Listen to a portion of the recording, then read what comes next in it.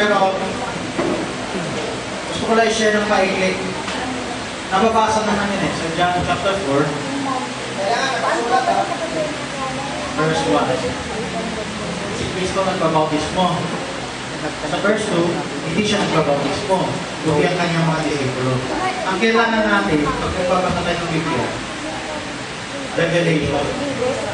Hindi lahat ng bagay, nakasulat naman sa Biblia, hindi lahat ng bagay, letra ko rin na nakasulat. Pero alam natin ito, nakasulat din sa Biblia. Alala, tumari. Kung si Kristo ba binaltuskuhan, siya ba yung nabasa? Wala ka mababasa na nabasa siya eh. Amen. Pero kung ako na yan eh, given na yan, understood na yan. May mga bagay na hindi ko na kailangan iletla po letla na kasulat. Namasama si Kristo. Ating original sin. May mga, kaya na tinatawag sa Bible na hiwaga. Itinago sa mga paham ng sanliputan para ipahayag sa kanyang mga tanggol. So, ang pag sinabing hiwaga, may mga bagay, hindi letla po letla ang mababasa. Yung mga witness, lagi sinasabi sa akin, basahan mo ako ng 6. Si Eva at ang serpente. Hindi ikaw pwede magdikta sa Diyos ng ebidensya na gusto mo. At yung binigay niya sa iyo, nagpakumbaga ka na unawain yung binigay niya ng ebidensya. Okay? So, nagsabi sa akin yan si Martinez ng Juanes. May kilala ba yung Martinez sa UPC? Ano yung first name niya? Fidel Martinez. Kausap ko sa po. Iniisa ko sa aking ebidensya, diretsang gusto hiningi. Meron pang isa doon sa Antipolo, si Aldo Balmaceda, na-share niya ni Pastor Domi. So, pinapakita ko ng ebidensya, ini-interrupt na ako. Pasahin ko na lang ako, tataro. Pasalbak na ako.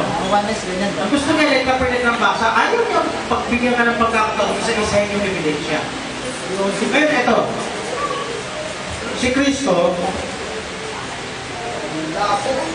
wala po?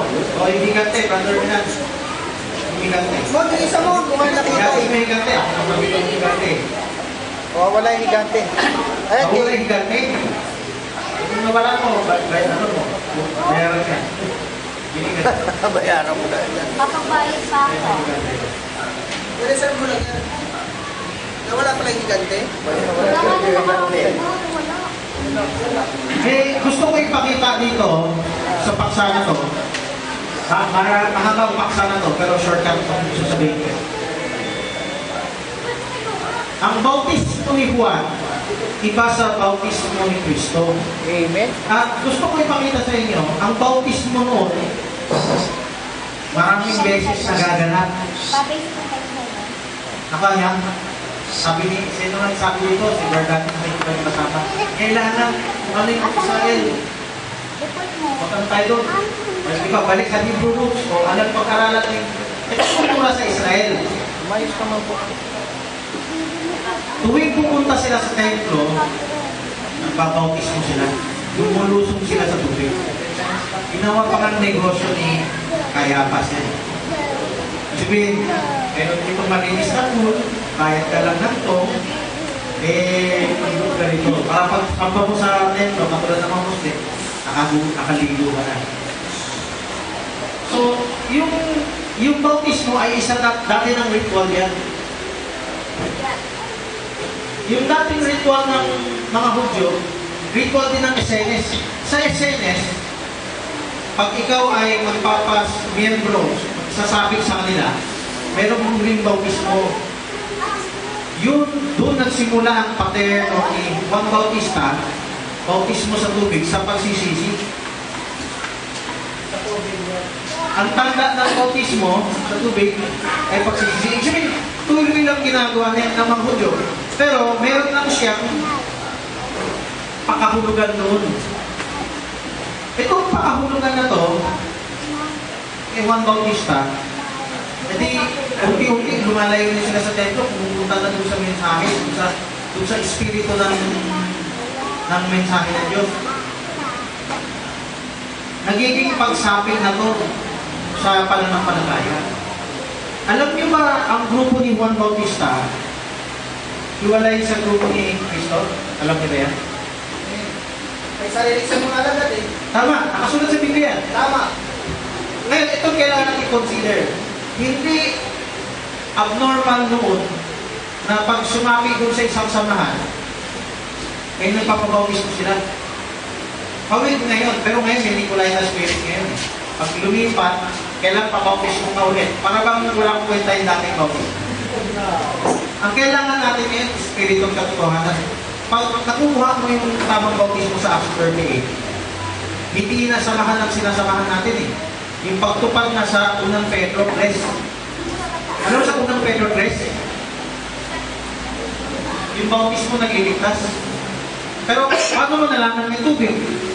Kasi sabi isa doon, hindi para linisin ang libag nyo. Tama. Pag-iling. So, ibig sabihin, may tubig talaga. So, ito yung pagtukon ng isang pagsag ng tamang konsensya sa Diyos. Pinaggagawa ng Diyos sa'yo, gagawin mo ba? So dito, sa Kristyanismo, nagkaroon ng kalakaran, kami ng tradisyon, itong ritual na bautismo, pero may kaibahan. Ang bautismo kay Juan, walang pangalan ni Jesus. Yung bautismo kay Kristo, may pangalan ni Jesus. E paano mo nalaman may pangalan ni Jesus? Kasi si Kristo mismo nagbautismo, at yung pinautismo ni Kristo, yun naman ang nagbautismo ng iba. Yan ang ibig sabihin na Juan 4:1-2. Hindi pwede baliin ng talata na Juan 4:1, si Kristo nagbautismo. Sa Juan 4:2, hindi siya nagbautismo, kundi mga disipulo sa pangalan niya. Saan nagkaroon ng kapangyarihan yung mga disipulo magbautismo sa pangalan niya? Sila rin mismo kailangan dumaan sa bautismo. Kasi sabi ni Kristo kay Juan, kailangan natin ganapin ito para sa katwiran. May pinapakita ang katwiran ng Diyos. Maraming katwiran na sagot na kapalot sa bautismo. Halimbawa, yung paglubog, libing yan. Paglibing, may tipot narawan na pinapakita ng Diyos. Yung pag-ahon mo sa tubig, tipot narawan ng pagkabuhay muli. So, yan ang isa sa mga katwiran. Marami pang ibang katwiran. Pati yung tipot narawan sa salita. So, dito muna tayo. Yung mga apostoles, nagbabautismo sila dun sa grupo na ni Cristo, iwalay sa grupo ni Juan Bautista. Ngayon, merong grupo ni Juan Bautista na punta sa grupo ni Cristo. Sa tingin niya, nire-baptize, hindi naman nakasulat sa Bible. Pero may nakasulat doon sa Gawa 19.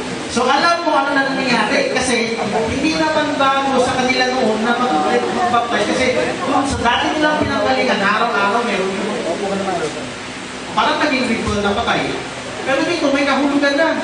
Pero ang kaibahan, bakit kailangan kung i-baptize? Kasi kailangan sila mag-walk in further revelation na si Juan Bautista, paliwanag ni Pablo sa Juan 19, ay tuntungan para makilala nila si Kristo. Kasi Juan Bautista ang nagpapakilala kay Kristo. So yung pagtanggap kay Juan ay paghahanda ng puso, ang pagsisisi niya, bago na ano. Ito yung ebidensya yung repentance, experience repentance. Kasi yung pagsisisi nila ay dati silang mamang. Dati silang mamang. Ngayon, maintindihan sila. Ay matanggap si Kristo. Kaya, hindi nakasulat sa Bible na binautismo ni Punta. Iba naman, mababasa ko galing ng mga bautista. Pero understood, yung mga primary na nagbabautismo sa ibang tao, hindi yan nagbabautismo. In behalf of Christ, in behalf of Christ, in Jesus' name na yan. Buhay pa pala si Kristo, pero na pala. In behalf of Christ kasi yan eh. When you say in Jesus' name, si Kristo ang magpapagaling, ginamit ka lang, kaya ginamit mo yung pangalan niya. Ganun na rin yung bautismo. Sabi ni Kristo, ano ba hingin niyo sa akin? Gamitin ko yung pangalan ko. Ibig sabihin, you are using in behalf of Christ, in the power of the Father. Ganun din tayo. So, ganun na rin sa pagbautismo. Kaya, merong rebaptism, merong pagkilala kay Christ, at merong in behalf of Christ. Hindi si Kristo mismo nagbautismo, pero parang ang binautismo ni Kristo sa pamagitan ng kanyang mga alagad. Sa oras ko. Para basta na magkahilayan kayo sa tinutukoy ko, no? Meron pang ibang tipong larawan yan tungkol sa hierarchy. Pero, okay ko na.